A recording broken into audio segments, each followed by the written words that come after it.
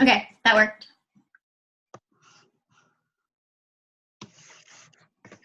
Okay, so that let me record. Does it say recording on your end? Yep, it says recording. Okay, so I'm just signing out, so there's only one of me now. All right, so there's this book I've been reading, and I think I've told some of you guys about it. It's called Getting Noticed by Lindsay T. Moreno, and it's amazing. I'm really excited about it. It's really geared towards like busy people, and like it's kind of like a no BS, like pretty short. Like I don't know if you can see how thin it is, but she gives you like so many nuggets of like gold in here that I thought we could just do like maybe a little mini series on this book and just kind of me recapping what she goes over in this. And in the beginning of the book, she just talks about like we spend so much money on like so she's an entrepreneur. She's in MLM. She's not in the same business we are. She's not a Beachbody coach, but she just spent like so much money on trainings and investing in her business, and she like would pay for training after training and do them, but maybe just like didn't get so much out of them, and she was like feeling like the money that she was spending wasn't really worth it. So she just really dug deep into figuring out what works on social media. And like if I had to give my downline or my team like the nitty gritty of like what do they need to do to be successful on social media, like I'm going to put it in this book. And that's what she did. And the biggest thing she talks about in the beginning of the book is that like real hustle is not sexy. And that's kind of like, I was like, what do you mean? And I'm thinking, we kind of don't want to paint that picture to people because we don't want them to think that this is hard work. A lot of times we're like, well, if we tell people that this is hard, then they're not going to want to do it. But at the same time, we don't want them to think it's easy either, and then they get in and realize that they have to do something, and then they're like, they quit anyway, right? So we have to kind of find that balance. And she just talks about like, you kind of have to just dive in and do like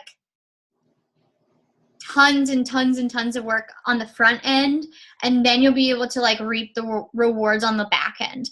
And she said like, if you're like thinking that you're putting in all this work right now and you're really not, that you're just fooling yourself. So like if you expect to have output of like putting in 100% of your time, but you're really only giving 30% of your time, like you're fooling yourself. And she says that like success doesn't come without a cost, which we all know. So she said like her nitty gritty of when she was really building her business, when she said, the day she said, okay, like she was like, she thought she was building her business and she said she was building her business, but a lot of what she did was like scrolling her news feed and wasting time. From the day that she decided to start building her business and going all in, she said she was legit working 100-hour weeks, and she had to come to an agreement with her husband that he was going to pick up some of the slack. So she was working from like 7:30 in the morning till 2 a.m. all the time. And she had to let some things go around her house. So in those times when she was really building her business, her house was like a complete wreck. Like it was so embarrassed that like she was embarrassed to look at it herself. And she would say like she would have really bad mom guilt because she didn't feel like she was spending enough time with her kids. And her eyes would hurt so bad from just staring at the computer. And she talks about how like she would fight with her spouse over what priorities actually mattered at the time. And she said she would wear the same clothes for 2 days in a row. And she would have feeling like people were putting her down for like going too hard, and her knowing like just stay focused, just keep your eye on the prize. She was constantly being ridiculed for what she was doing, and it was like a huge risk, and sometimes it wouldn't pay off, and making choices that could go wrong. So that like again, that could be some risk. Standing up for what she believed in, sometimes having to be the bad guy. Those long hours I talked about, it was really thankless and lonely. So in other words, completely not sexy. The hustle was not sexy. But she says, you know the saying where you get out what you put in? well, we like to think that that's true, but she says, actually, that's not true. She says sometimes you actually get less than what you put in. And I know I feel like that a lot of times in my business where I'm like, dang it, like I am really actually doing tons of work and it's not paying off. And I'll be like really frustrated. But that's how it is sometimes. And sometimes you'll get like a break in the clouds where your work will start to pay off and you'll start to be like, okay, it is working. Where you'll actually make a difference in people's lives, or you'll feel this indescribable happiness and you'll get the butterflies in your stomach and you'll know that it is worth it. So that's when you'll really feel like you have like, you're in your calling, and you just have to realize that you have to be really clear about why you're doing it.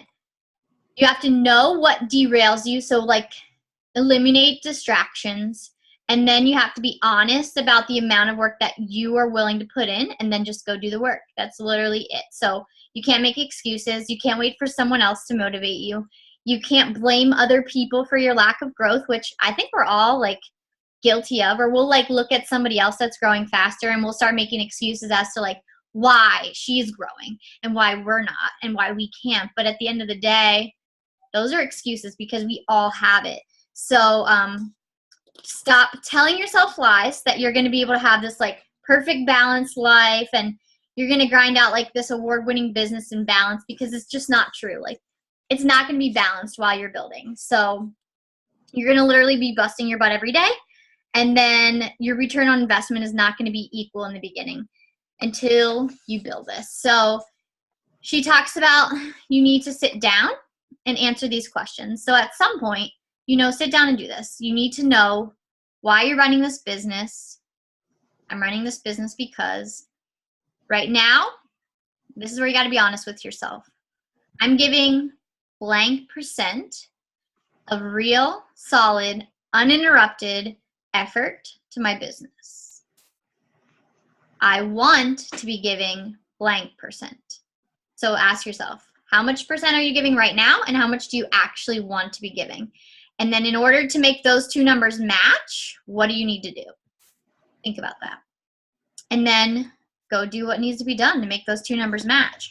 And that was kind of huge for me when I first started reading this.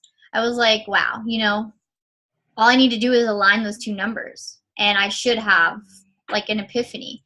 And so now that we know what we need to do, tonight's call is just going to focus on creating the groundwork. And since this is focusing on social media, I don't know about you, but some of you are going to be like not relating to me on this.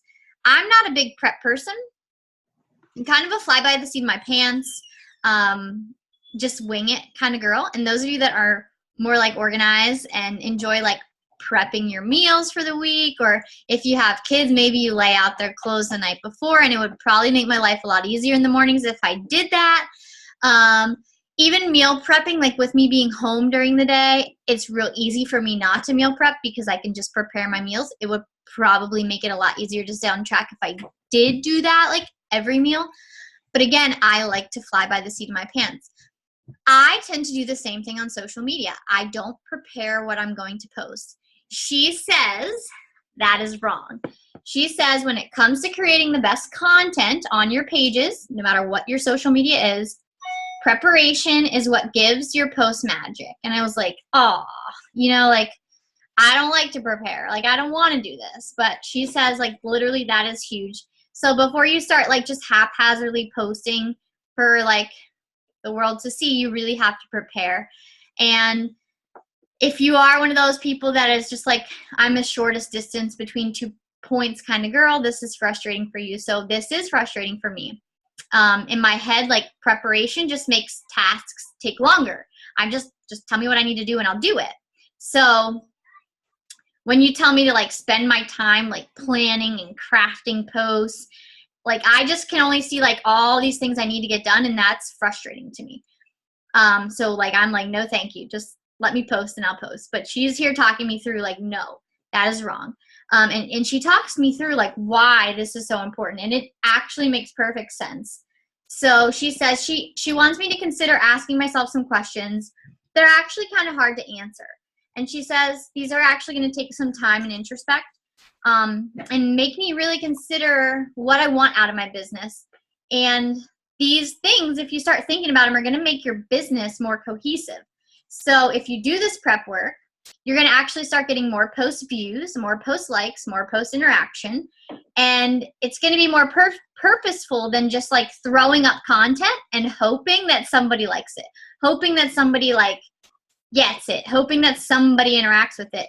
And by actually doing this, you'll actually start putting up posts that like everybody starts interacting with. So if you want, I like this, if you want people to want what you have to offer, you first have to understand it yourself. And I was like, I mean, that sounds kind of cliche, but she said, you know, you all have to have a mission and a vision statement. Again, that sounds so like corporate to me. So do we as Beachbody coaches need a mission and a vision statement?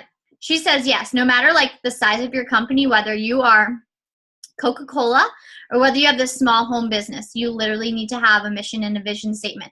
And I'm thinking like, what's the difference? What's the difference between a mission and a vision statement? So here's how she describes the difference. She says they are similar, but there's actually differences between a vision and a mission statement. You do need both for your business. And a mission statement answers the fundamental questions about what your company does and who you do it for, where the vision statement shows big picture of what your company will become in the future. So think mission is in terms of today, and your vision is in terms of tomorrow or the future. And you have to sort of think about that and write it down. And she kind of gives some examples. But if you let your mission, let your mission, your vision be as colorful and authentic and full of life as your product or your service is in your dreams, then like it can really be anything you want it to be. And she all the answers to who your perfect customer is because it's already you. You are her or you are him. So if you want others to start like being attracted to your brand or your product or your mission or your service, then you need to know who they are. So if you can paint like this perfect picture of who your customer would be or your consumer would be, then you start posting to them, you start attracting them. And I want you to sort of sit down and think like, who is my ideal customer? Start asking yourself these questions, and I can post these in the group so you don't have to take notes. But answer these really specifically. Think about this. Is your ideal customer a man or a woman? How old is your ideal customer? Where do they live? How many kids do they have? Are they married? How much money do they make? What do they like to do in their free time? What do they do during the day? What kind of things are they interested in? What kind of lifestyle do they live? What are their hobbies? What's holding them back? What are they afraid of? What injustice affects them the most? When you're answering those questions, just make sure you're being specific about your target market, because it doesn't mean that you're not going to attract anyone outside of that market. So don't worry about that. It just means that that's going to be your core audience that's going to be attracted to you, right? And you're going to get all kinds of outliers outside of that audience that are still going to come to you, that are still going to be attracted to you. But your posts need to be directed to those people that we were just talking to in that target. So you aim for that core. And the thing is like she mentions here that so many amazing businesses with great potential, like they start trying to be everything for everyone. I'm guilty of this. You start trying to be everything for everyone, and it's impossible. You just can't be. You can't be good at everything. You can't meet everyone's needs. Like, for example, I am not great with the nutrition piece. Like, Allison Doss is amazing at nutrition. I'm not going to, like, mince words here. I'm not great at that. I'm not going to advertise that I am, because I'm not. I'm really great at helping people, like, overcome binge eating. That's something I'm great at. So that's going to be in my target market. I'm going to target people that struggle with that because I know I can help them with that. But Allison, she can answer any question that has to do with food, like anything, and like kill it. So anybody that is really like going to be motivated or struggling in that area, that's going to be her. You know what I mean? Like, you know what your struggles are. You know what you're afraid of. You know what's holding you back. or what you have overcome, that's going to be your target market. So narrow down your target market. And finally, like, what is your brand? Have you heard like Melanie Mitro or top coaches on the Dream Team talk about like, post to your brand, be you? And I always am like, what is my brand? Like, I don't know what that means. Well, honestly, this is the most important part of tonight's call. So you, by far, are the most important part of your business. So, like, there could be 10 Beachbody coaches on your street. Like, let's face it, there's a ton of Beachbody coaches, right? What sets you apart from every single one of them? Mary Carolyn and I, like, live in the same town. We're coaches in the same town. Kaylee lives, like, 2 doors up from me. So there's 3 of us right here. And I know, like, there's at least 10 of us in this town, okay? We're all successful. That doesn't matter because guess what? We each have our own brand. It's not who you want to be. Your brand is not who you want to be. It's not who you think you need to become. It's not the version of yourself that you think people want to see. So don't get caught up in that because I'm guilty of doing that. It's just you. It's just you. So be careful. Again, it's not who you think people want you to be. It's just you. Can I interject something there, like, really quick? Sure. Just because I see so many coaches talking about this, and I see so many coaches trying to be something that they aren't, and it shows through. And, like, you might not realize it, but it comes off if you're not talking like how you really talk. And I don't know, it just comes off really inauthentic. Right. So I don't know, just like really listen in. Rolisha just said that because I think that's like the key. I really, really do. Yeah. So if you see other coaches posting, you love what they're posting, and you're like, oh my gosh, like she gets so many likes in the way she posts, and so you start trying to replicate that. It comes off inauthentic because that's not the way you talk. Like, you don't use those words, and then people are starting to think like, who is she? Like, she doesn't talk like that. And that's what Mary Carolyn's saying about being inauthentic, is because all of a sudden you're just trying to like rebrand yourself almost, but you're trying to be someone you're not, when people are just going to love you and be attracted to you for you. So just realize that you are enough the way God made you.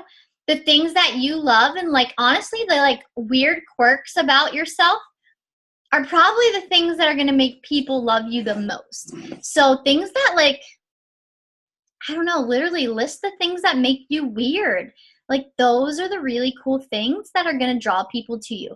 And maybe they're not even weird things, but things that make you stand out, that not everybody, like, collects 1 million coffee mugs like Mary Carolyn. Like, that makes her stand out. Not everybody dyes their hair crazy colors like me, so that makes me stand out. Not everybody, I can't even think of another thing, like a brand thing. I can't even think of one.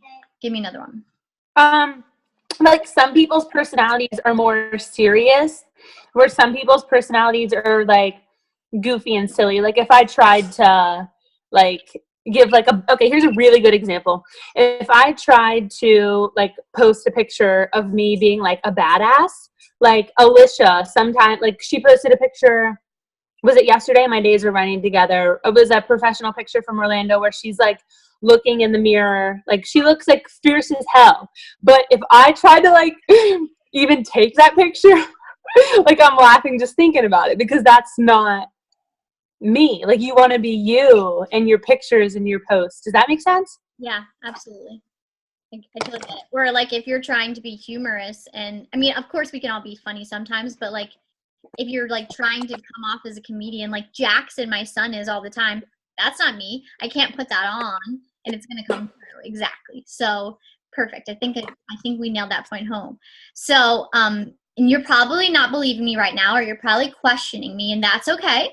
But I hope at like the end of the series, you get it. So here's the reasons why. Like, again, you have a unique set of talents. You might not even know what they are yet, but you have a unique set of abilities and skills and connections and experiences that no other person on this planet has, okay? You literally do. And nobody else can replicate those. So you just need to figure out how to use them to create some magic. Secondly, you know your product or service better than anyone else because it came from you. So you know how to run your groups and your challenge groups. You know how to offer whatever makes your groups unique. That originated in your unique brain. So we all kind of do the same thing, but let's face it, we all kind of do things differently too. Each of our groups have their own style or their own spin. If there's something to sell, you do it differently, like a challenge pack. You offer something different and you do it better than someone else. For example, you're the better coach for someone because you have those experiences. And thirdly, the people that are following you are doing so for a certain reason. So either they know you from the past or they choose to know you now, okay? Either they know you from the past or they're choosing to know you now. Either way, you have something that they've been attracted to at some point, and you are the common denominator there. And then 4, when people can see that you, not your product, have something in common with them, they start to believe, which rightfully so, that what you like, they're also going to like. Did you hear that? When people can see that you, not your product, have something in common with them, they start to believe that what you like, they'll also like. So for example, if I find out that someone likes scrapbooking like I do, which I'm just making up an example, I make the jump that we like all kinds of the same things. Like it's kind of just like this assumption. And then when they tell me that they love their product that they sell, then it's easy for me to say, well, I like similar things, so I'm going to like this product too. So commonality creates trust, and then the trust is what's going to make them invest in a challenge pack with us. So last, science tells us that human beings connect through stories and emotions, and you hear us talking about stories sell. We always tell you to share yourself on social media. And I know that like you're probably uncomfortable with all the feels, and it's okay, but people aren't going to buy products from you. They're going to buy relationships, and they're going to buy stories, and they're going to buy magic. They're going to buy into you and how you make them feel, or how they feel when they read one of your posts. And it's just science. It just is what it is. And I don't know, I think that's so crazy. They don't buy what you do, but they buy why you do it. So they don't buy Beachbody, but they buy why you get up and work out every day. They buy why you feel so amazing when you drink this shake. They buy why you've transformed your life and how amazing you like apparently look and feel when you talk about it, and now they want that too, right? So they don't really care about the product. They just want to feel the way you feel. Our buying decisions are made where our feelings are stored. It's human nature. So the stories create the feelings. So like, think about it. Have you ever cried at a movie or when you're reading a book or at a Facebook post? Because I know I have. It's not the product that sells, it's you. So all along, you were selling yourself and you just didn't know it, which is cool, right? I have like this house full of things that I never use because somebody probably inspired me to buy this product, or like I saw the post on Facebook and I was like, hey, they have it, I have it, and now I bought it. Or I saw something similar in their life that I wanted for my own. And like, I'm sure you can probably think of an example where you like saw somebody post something and you thought you needed it and you bought it. And so we all do it. So Etsy is like a great example of that. It's like the place where your paycheck goes to die, they say. So this is why I tell people you need to be working way harder on branding yourself than you need to be on the product that you're selling. So your product can actually suck, she says, and focusing on the product, it says, but simply focusing on the product and what you have to offer people as far as your good or service is concerned only goes as far as to convince people to click buy. You want people to notice what you post. You need to be working harder on selling the brand of you. Tell more stories. Everything you write should be in story form, friends. Be who you are. Write like you speak. Inspire and entertain people. Let people into your world. Connect with others by starting conversations with them. Be vulnerable. Let people see the good and the bad. Show them you're a real person. Let them cheer you on. Here's the hardest one. I'm going to end with this. Be willing to let people not like you and talk about you online.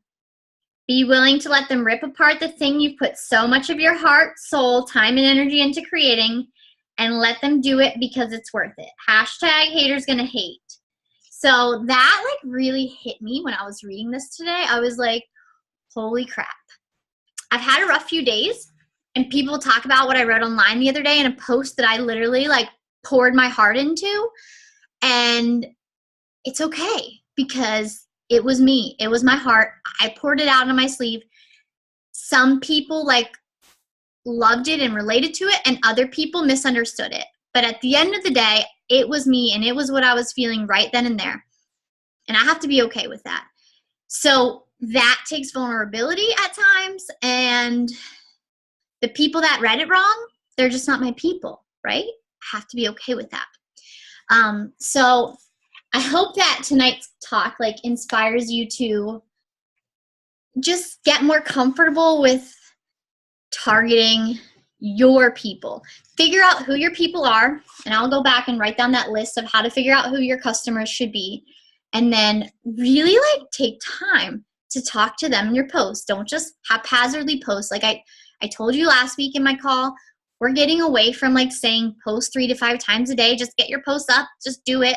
And we're saying spend more time in getting like 1 or 2 great posts up a day. So we're not asking you to do like this 5 times a day. Spend time and get 1 really great post up every day. I'll be happy with that, because that kind of post is going to get lots of traction, and that's more important than just posting to post. And we're really seeing the switch in Facebook with this. So do you guys have any questions or comments? One comment that I can't believe I didn't think about until just now, part of like the whole, you'd rather have 1 good post than like 3 like crappy ones, is people are going to know, like they're going to want to go to your page because you're going to have something really good to say, instead of just like, oh, let me go see what, Mary Carolyn posted today. She always posts 3 times a day. Like she's going to have something really good to say. So they're going to want to go to your page. Exactly. I just think, I don't know. I see that working for so many coaches right now. Yep. I agree. Totally agree. So,